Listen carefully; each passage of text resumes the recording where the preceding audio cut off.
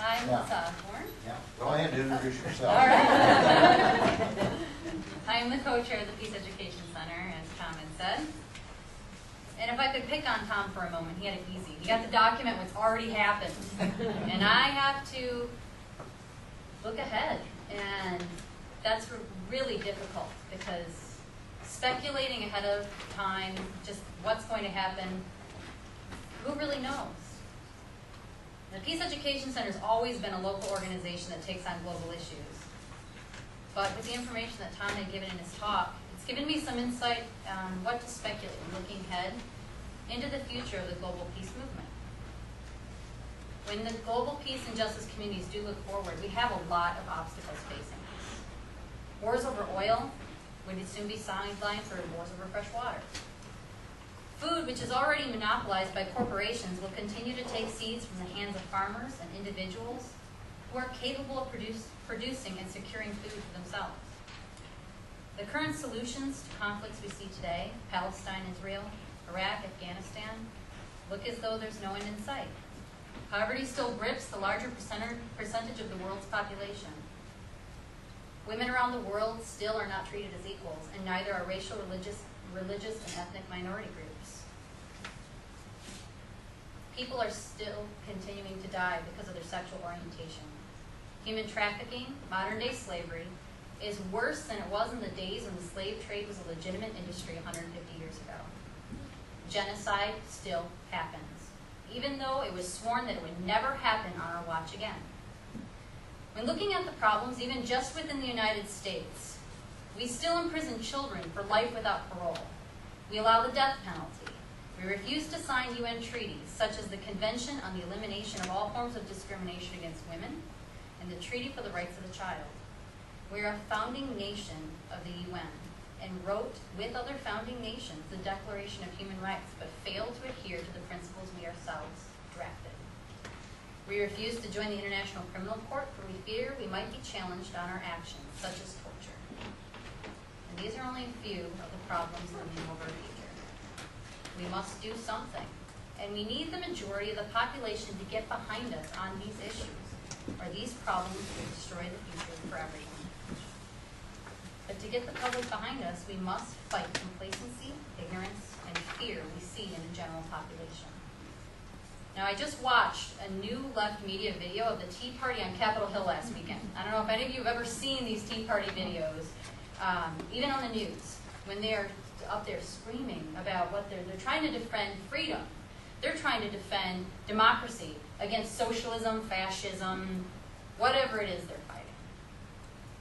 But this video was a perfect example of the ignorance we're up against. And when I watched it, I thought, this is probably going to be the perfect note of one of the most recent examples that I can give. Blatant racism against a black president is disguised as fear of socialism. And you see it in the signs they have and the pictures they're using. The signs and verbal admissions of violent retaliation against our government were everywhere to be seen and heard. Yet when these people were asked why they were there, it was apparent they really had no idea what they were protesting. They were only told that they should be there because someone on television told them to be angry and afraid. The terms fascism, socialism, and communism were used interchangeably because they didn't know that these were different concepts and they didn't really know what they meant. They were afraid of the czar that Obama was to appoint because Obama represented a shift to communism and the term czar is Russian. But they were rendered speechless when they were told the first drug czar was appointed by Ronald Reagan. The role of the czar was greatly expanded by George W. Bush. They also seem to have misunderstood that the term czar is not a communistic term, but the term czar predates communism. When asked what they disliked about the health care plan, they really didn't know. They were just fighting a socialistic health care plan. But when asked if everyone should be insured, they frequently answered yes, just not with this plan. This plan was dangerous. Even better, when asked if instead Medicare should be expanded to include more uninsured people, a protester did say yes. These protesters feared becoming like other nations, and at the time in this video, those nations they feared were being like Canada and Great Britain. Even though these nations are faring better than the United States in all major health indexes, including infant mortality rates, average life expectancy, very important indexes. fear, and ignorance kept us from ratifying the treaty, CEDAW, the Convention on the Elimination of All Forms of Discrimination Against Women.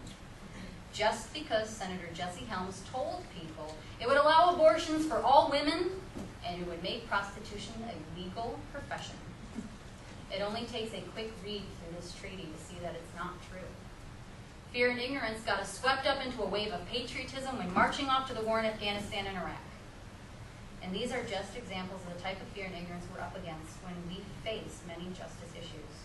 Ignorance and fear is perpetuated by those who benefit from the status quo, and those in power have the means to spread their message of nationalism, isolationism, ignorance, and fear to the people through mass media channels. It's a lot for us to compete with. So how do we continue forward when the future looks so bleak?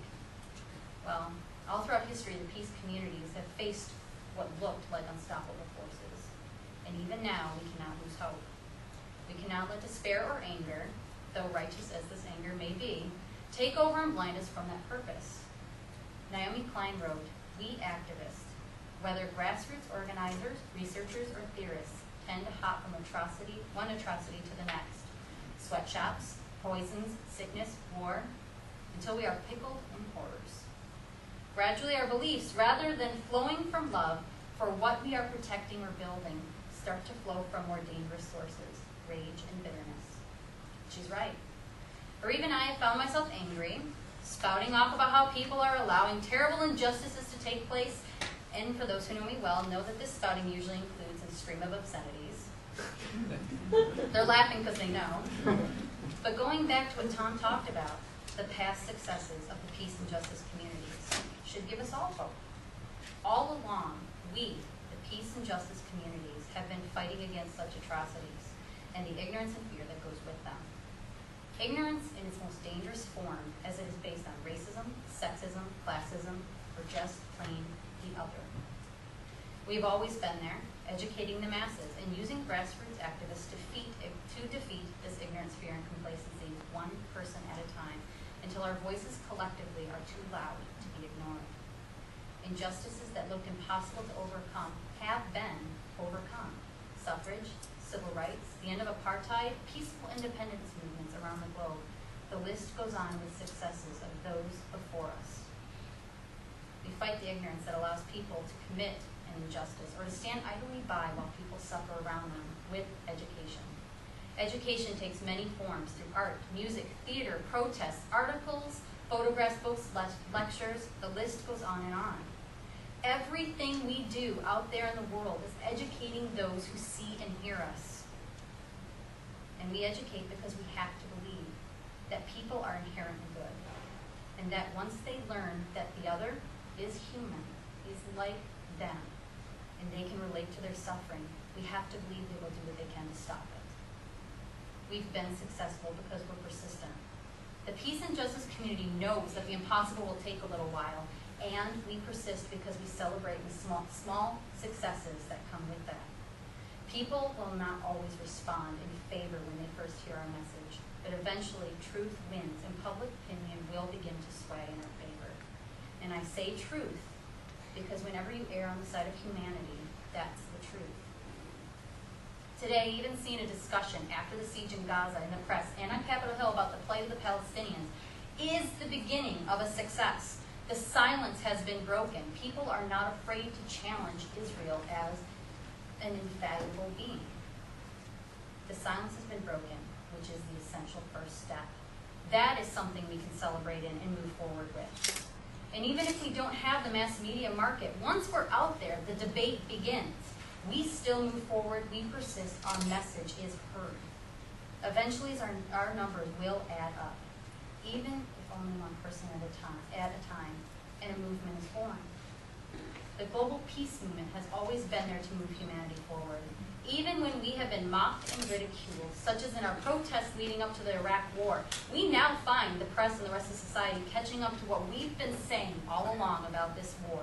It started on the basis of a lie. We make a difference. So in my own simple opinion, hope, education, persistence. This is the past, present, and future of the global and local peace movement in whatever form it takes. These are the essential elements to what have led many great people before us into creating a better world. And I have to believe that we too can take these lessons and successes of the past and overcome the impossible to create a better world as well. We can end war. We can pressure our government to conform to UN principles we drafted. We can actually stand out there and make a difference on all of these issues that I have talked about previously and make a better life for our children. Thank you.